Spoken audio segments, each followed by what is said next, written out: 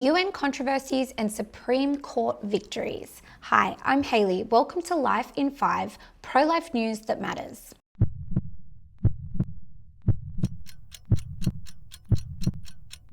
It's been 4 years since the ruling in Dobbs v. Jackson overturned Roe v. Wade, and many are celebrating. Unfortunately, the reality tells us a very different story. Despite this historic decision, America is not yet a pro-life nation. According to the Guttmacher Institute, abortions are not decreasing, they are actually rising. In 2024, there was an estimated 1.124 million abortions in the United States. In 2025, that number climbed to 1.126 million. This is not a victory, this is a warning sign. And what is devastating to see is the rise of abortion through telehealth. In states with total abortion bans, there were 74,000 telehealth abortions in 2024. Just 1 year later, that number surged to 91,000 babies aborted. That is a dramatic increase, even in places where laws were meant to protect life. What this shows is simple. Laws alone are not enough. Yes, Dobbs has corrected a legal wrong, but it did not change our hearts. It did not transform a culture that increasingly views parenthood as optional, or even at this point, undesirable. America's falling fertility rate reflects a deeper issue, a society that is prioritizing convenience over responsibility and self over sacrifice. This is not just a legal battle, but a cultural one. The pro-life movement now faces a new reality, one where abortion is more accessible and in many ways more hidden. If we want lasting change, we must do more than legislate, we must persuade, and we must rebuild a culture that values life at every stage. It turns out that this is not the end of the fight, this is just the beginning.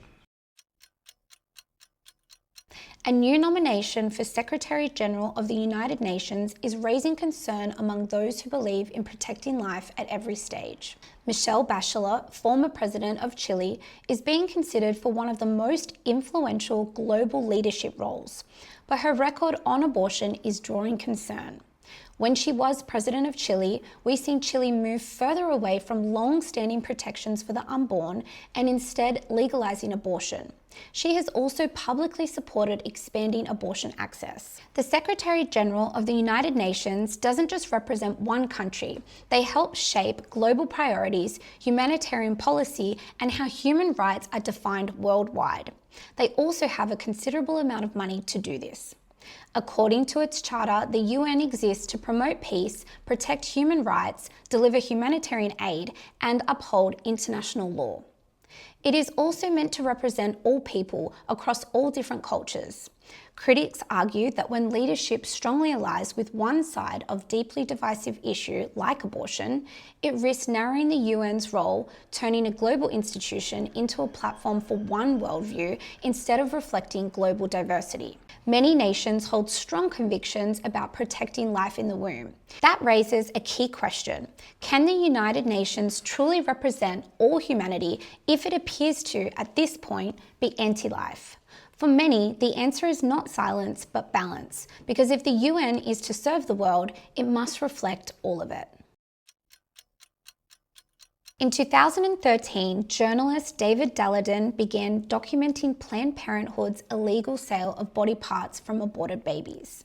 His undercover recordings shocked the world and made him a target of the abortion industry. Many of you will remember when his videos spread rapidly online and his secret investigations and recordings showed practitioners involved in the sale of baby body parts. He, alongside undercover journalist Sandra Merritt, faced 15 different charges in 2017 related to violating privacy laws.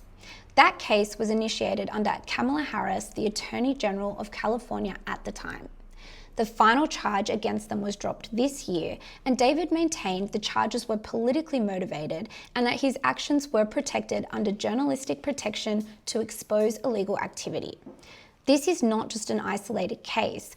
Others who have spoken out or taken action against the abortion industry have also faced serious legal and public consequences. For example, activist Mark Hock was prosecuted by the US Department of Justice following an altercation outside of an abortion clinic. This drew national attention before later being acquitted. Investigative journalist Lila Rose has faced repeated platform bans and censorship efforts following undercover reporting into abortion providers.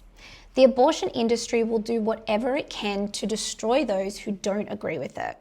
Now, David and Sandra's acquittal is a cause for celebration, but also a moment to pause and ask, what stories do we know about pro-life activists who have suffered consequences for sharing the truth about abortion? If you have any, please share them with us and let us know.